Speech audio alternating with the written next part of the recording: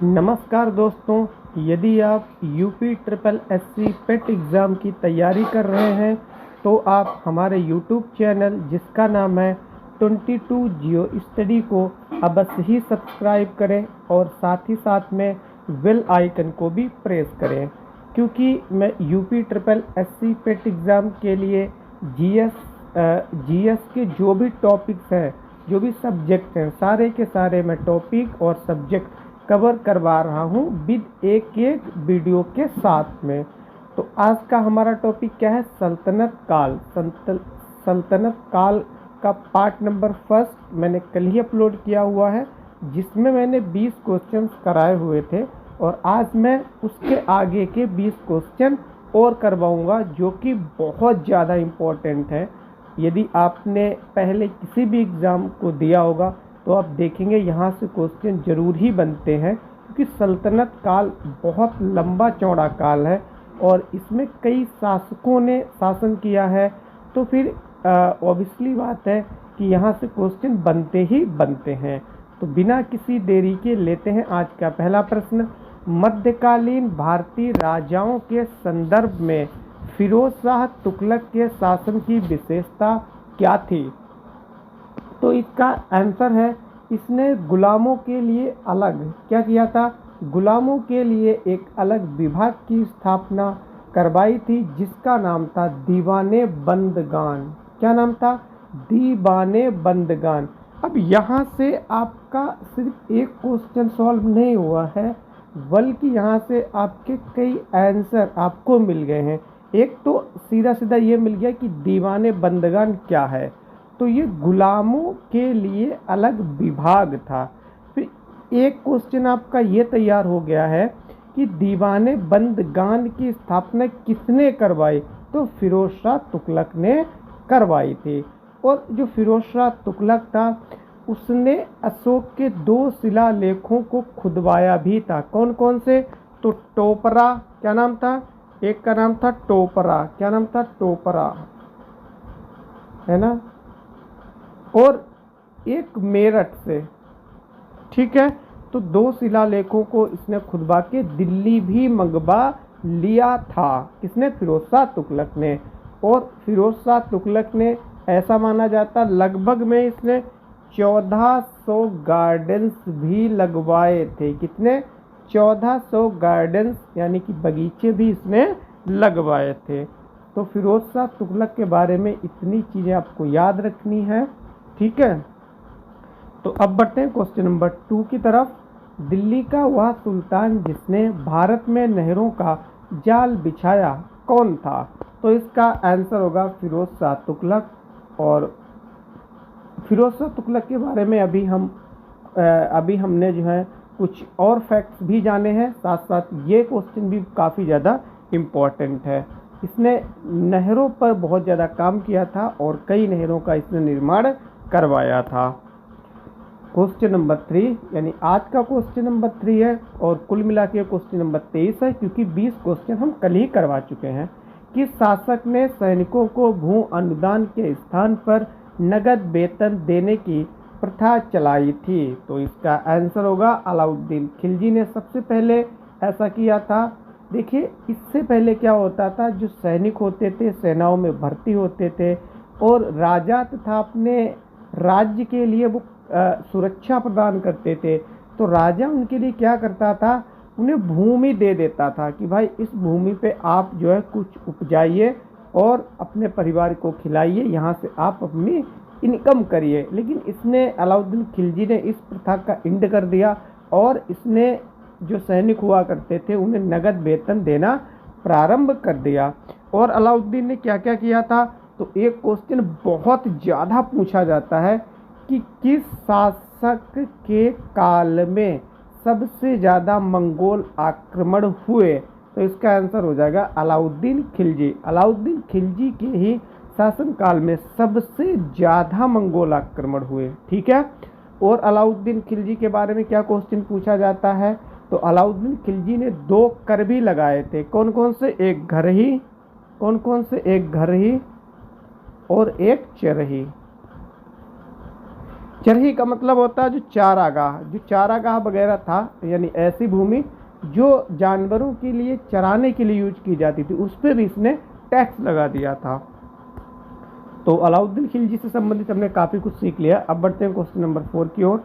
किस मुस्लिम शासक ने सिक्कों पर लक्ष्मी देवी की आकृति बनवाई? तो इसका आंसर होगा मोहम्मद गौरी। किसने ऐसा किया था? तो मोहम्मद गौरी ने ऐसा किया था। क्वेश्चन नंबर 5, जवाबित किससे संबंधित है? तो इसका आंसर होगा राज्य कानून से संबंधित है। क्या? जवाबित। या फिर क्वेश्चन थोड़ा सा घुमा भी दिया जा सकता है कि जवाबित का अर्थ क्या है। तो सिंपल सी बात है, राज्य कानून इसका अर्थ भी होगा। ठीक है। क्वेश्चन 6, मोहम्मद गौरी का अंतिम आक्रमण किसके विरुद्ध था? तो इसका आंसर होगा पंजाब के खोखर के विरुद्ध। क्या आंसर होगा? पंजाब राज्य के खोखर के विरुद्ध।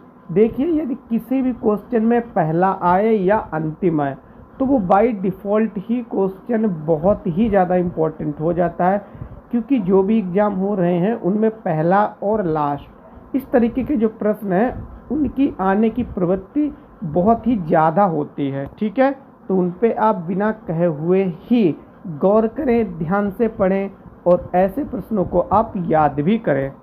फिर क्वेश्चन नंबर 7, किसके शासन काल में सबसे अधिक मंगोल आक्रमण हुए? तो इसका आंसर होगा अलाउद्दीन खिलजी। जैसा कि मैं जस्ट अभी ऊपर बता चुका हूँ, जो मैंने अलाउद्दीन से संबंधित क्वेश्चन पढ़ाया हुआ है उसमें मैंने ये बताया हुआ है। ठीक है। फिर क्वेश्चन नंबर 28, कौन सा शासक दान दक्षिणा में अधिक विश्वास रखता था तथा उसने दीवाने खैरात नामक विभाग की स्थापना कराई थी? तो इसका आंसर होगा फिरोज शाह तुगलक। फिरोज शाह तुगलक एक उदार शासक था। ठीक है, कैसा था? उदार शासक था, और इसीलिए इसने दासों की स्थिति पर विचार किया और उनकी स्थिति को सुधारने का इसने प्रयास किया। और किस नाम से दासों के लिए एक विभाग की स्थापना की? तो दीवाने बंदगान के नाम से दासों के लिए इसने एक अलग ही विभाग बना दिया। और इसने क्या किया? दीवाने खैरात एक और विभाग बनाया इसने। ये देखो यहीं पे दिया हुआ दीवाने खैरात। तो यह किससे संबंधित था? तो यह लोगों को क्या देता था? दान। जो ऐसे समाज में लोग थे, नीचे तबके के लोग थे, जिनकी आर्थिक स्थिति सही नहीं थी, तो उनके लिए ये क्या करता था? यह विभाग उन्हें दान देता था या फिर बहुत ही कम ब्याज पर इन्हें ऋण उपलब्ध करवाता था। ठीक है, तो साथ ही साथ में आप ये भी ध्यान रखें। क्वेश्चन नंबर 9, किस शासक ने अपने आप को खलीफा घोषित किया? तो इसका आंसर होगा मुबारक शाह खिलजी ने अपने आप को खलीफा घोषित किया था। क्वेश्चन नंबर 10, यह किसके बारे में कहा जाता है कि उसने 8 दिल्ली के सुल्तानों का काल देखा था? काल का मतलब है यहाँ पे शासन। तो किसने देखा था? अमीर खुसरो ने, जो कि बहुत ही ज़्यादा फेमस और प्राचीन काल का यह एक दरबारी लेखक था। कौन था? दरबारी लेखक था अमीर खुसरो। और जो अमीर खुसरो है, इसे भारत में खड़ी बोली का जनक भी कहा जाता है। ठीक है, और क्या इसने करवाया?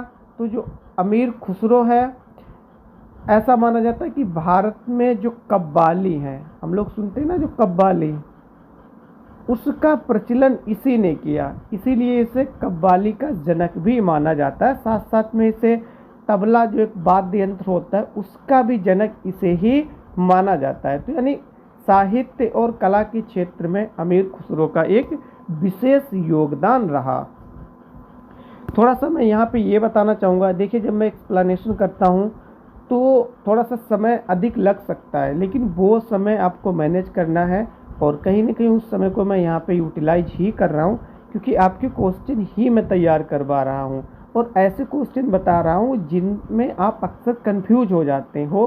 तो मैं कन्फ्यूजन होने से भी आपको बचा रहा हूँ। ठीक है, तो क्वेश्चन नंबर 11 भारत में दासों के व्यापार पर प्रतिबंध किसने लगाया था? तो फिरोज शाह तुगलक ने, है ना। क्योंकि मैंने अभी बताया हुआ है कि जो फिरोज शाह तुगलक था वह उदार था, वह चाहता था कि जो दास हैं इनका कारोबार और व्यापार, इनकी खरीद बिक्री ये सब बंद हो जाए। तो इसीलिए इसने क्या किया था, दासों के व्यापार पर प्रतिबंध लगा दिया था। और यहाँ तक कि इसने दासों के लिए एक अलग विभाग की स्थापना भी कर दी थी, ताकि जो दास हैं उनकी स्थिति सही हो सके, बेहतर हो सके। क्वेश्चन नंबर 12 अलाउद्दीन के गुजरात आक्रमण के समय वहाँ का शासक कौन था? तो इसका आंसर होगा बघेला शासक कर्ण। क्या आंसर होगा? बघेला शासक कर्ण। क्वेश्चन नंबर 33 अलाउद्दीन खिलजी के द्वारा जीते गए दक्षिण भारत के 4 कौन कौन से राज्य थे? तो ये वेरी इंपॉर्टेंट क्वेश्चन है, बहुत ज़्यादा इंपॉर्टेंट ये क्वेश्चन है। तो कौन कौन से थे? तो देवगिरी, कौन कौन से थे? देवगिरी, तेलंगाना, होयसल और पांड्या। तो चारों को आपको ध्यान रखना है, ये सभी दक्षिण भारत के ही राज्य हैं, देवगिरी, तेलंगाना, होयसल और पांड्या। देखिए ये जो वीडियो है ये ऐसा नहीं है कि सिर्फ यूपी ट्रिपल एससी जो पेट एग्ज़ाम है उसके लिए ही इम्पोर्टेंट है, बल्कि जो और भी एग्ज़ाम है, जैसे कि स्टेट पीएससी हो गया, या फिर रेलवे का हो गया, रेलवे का एनटीपीसी का हो गया, बैंकिंग का हो गया, यानी जिसमें जीएस आती है सभी के लिए ये समान ही महत्वपूर्ण है। तो जो अन्य एग्ज़ाम की बच्चे तैयारी कर रहे हैं वो भी इस वीडियो को देख सकते हैं, और आप क्वेश्चन का जो लेवल है वो भी आप देख सकते हैं, बेहतर ही लेवल है, ठीक है। क्वेश्चन नंबर 13 अलाउद्दीन खिलजी के द्वारा, नहीं ये तो हो गया है, माफ़ी चाहूँगा। क्वेश्चन नंबर 14 उस दक्षिण भारतीय राजा का नाम क्या था जिसने 1303 ईस्वी में अलाउद्दीन खिलजी की सेना को परास्त किया? तो इसका नाम था प्रताप रुद्र द्वितीय। क्या नाम था? प्रताप रुद्र द्वितीय। इसने अलाउद्दीन खिलजी की सेना को परास्त कर दिया था। क्वेश्चन 35 कुतुबुद्दीन ऐबक की राजधानी क्या थी? तो इसका आंसर होगा लाहौर, और इसीलिए इसने लाहौर में ही अपना लाल किला बनवाया था। क्या बनवाया था? लाल किला। कहाँ बनवाया था? लाहौर में, है ना। अभी क्वेश्चन में ही पढ़ा है, कहाँ बनवाया था? लाहौर में, ठीक है। और जो कुतुबुद्दीन ऐबक था और इसने क्या क्या किया था? तो इसने 2.5 दिन का झोपड़ा बनवाया था। क्या बनवाया था? 2.5 दिन का झोपड़ा, और कुतुब मीनार का निर्माण भी इसने कराया था। क्वेश्चन नंबर 16 गाजी शब्द का अर्थ क्या है? तो इसका आंसर होगा काफिरों का वध करने वाला।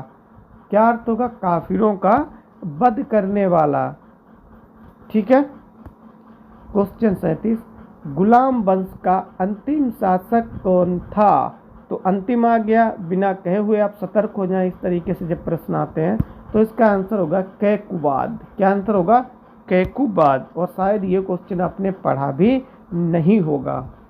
क्वेश्चन 38 यानी आज का 18वां और कुल मिला के 38 दिल्ली सल्तनत का प्रथम वैधानिक सुल्तान कौन था? तो इसका आंसर हो जाएगा इल्तुतमिश। अब देखिए 2 क्वेश्चन आते हैं, एक आता है कि दिल्ली सल्तनत का प्रथम सुल्तान कौन था। क्या आता है? प्रथम सुल्तान कौन था? तो इसका आंसर हो जाएगा कुतुबुद्दीन ऐबक, क्योंकि इसी ने दिल्ली सल्तनत की स्थापना की थी। लेकिन यदि आ जाए वैधानिक सुल्तान कौन था, तो हो जाएगा इल्तुतमिश। तो क्या होगा? तो इसका आंसर होगा इल्तुतमिश। तो ऐसा क्यों है? वैधानिक का मतलब यहाँ पे क्या है? देखिए जो प्राचीन काल में जो राजा हुआ करते थे, जो सम्राट हुआ करते थे, तो उन्हें खलीफा, किससे? खलीफा से क्या करना पड़ता था? खलीफा से उन्हें ये पदवी, राजा की पदवी लेनी पड़ती थी। यानी कि जब खलीफा कह देता था कि इस क्षेत्र का या फला व्यक्ति ये इस क्षेत्र का राजा या फिर सम्राट है, और इसे खलीफा मान्यता प्रदान कर देता था, तो वह वैधानिक सुल्तान या फिर वैधानिक राजा माना जाता था, है ना। और इसीलिए जो इल्तुतमिश है इसको खलीफा ने सुल्तान की उपाधि दी थी, मतलब सुल्तान की मान्यता प्रदान कर दी थी, इसीलिए इसे वैधानिक सुल्तान कहा जाता है। क्या? वैधानिक सुल्तान कहा जाता है। और जो दिल्ली सल्तनत का प्रथम जो सुल्तान था या जो राजा था कुतुबुद्दीन ऐबक, वह वैधानिक नहीं था, उसको जो है खलीफा ने सुल्तान की मान्यता नहीं दी थी, इसीलिए वो वैधानिक नहीं है और इल्तुतमिश वैधानिक सुल्तान था। ठीक है, तो ये भी हो गया क्वेश्चन नंबर 19। पहली बार मंगोलों का आक्रमण किसके शासन में हुआ? तो इसका आंसर होगा इल्तुतमिश के शासन में पहली बार मंगोलों का आक्रमण किया गया था। अब देखिए फिर से अभी हम एक क्वेश्चन ऊपर पढ़ चुके हैं, उस क्वेश्चन में और इस क्वेश्चन में काफ़ी ज़्यादा कन्फ्यूजन हो जाता है। क्या हो जाता है? वो क्वेश्चन है कि किसके शासनकाल में मंगोलों का सर्वाधिक बार यानी सबसे अधिक टाइम आक्रमण हुआ? तो इसका आंसर होगा अलाउद्दीन खिलजी के शासनकाल में सबसे ज़्यादा हुआ। बल्कि यदि प्रथम बार पूछे मंगोलों का आक्रमण किसके शासनकाल में हुआ, तो इल्तुतमिश के शासनकाल में हुआ। क्वेश्चन नंबर 40, सल्तनतकालीन शासकों में सबसे अधिक शासन करने वाला शासक कौन था? तो इसका आंसर होगा फिरोज शाह तुगलक। क्या आंसर होगा? Firoz Shah Tughlaq. So friends, I hope कि मैंने आपको बहुत ही अपनी समझ में बहुत ही अच्छी तरीके से समझाया है और जो कंफ्यूज होने वाले क्वेश्चन थे उन्हें भी काफ़ी डिटेल से करवाया है। सो फ्रेंड्स, ये वीडियो आपको पसंद आती है तो हमारे वीडियो को लाइक करना बिल्कुल ना भूलें और अपने दोस्तों के साथ में शेयर भी करें। जल्द ही मिलेंगे सेकंड वीडियो में, तब तक के लिए सभी दोस्तों को जय हिंद।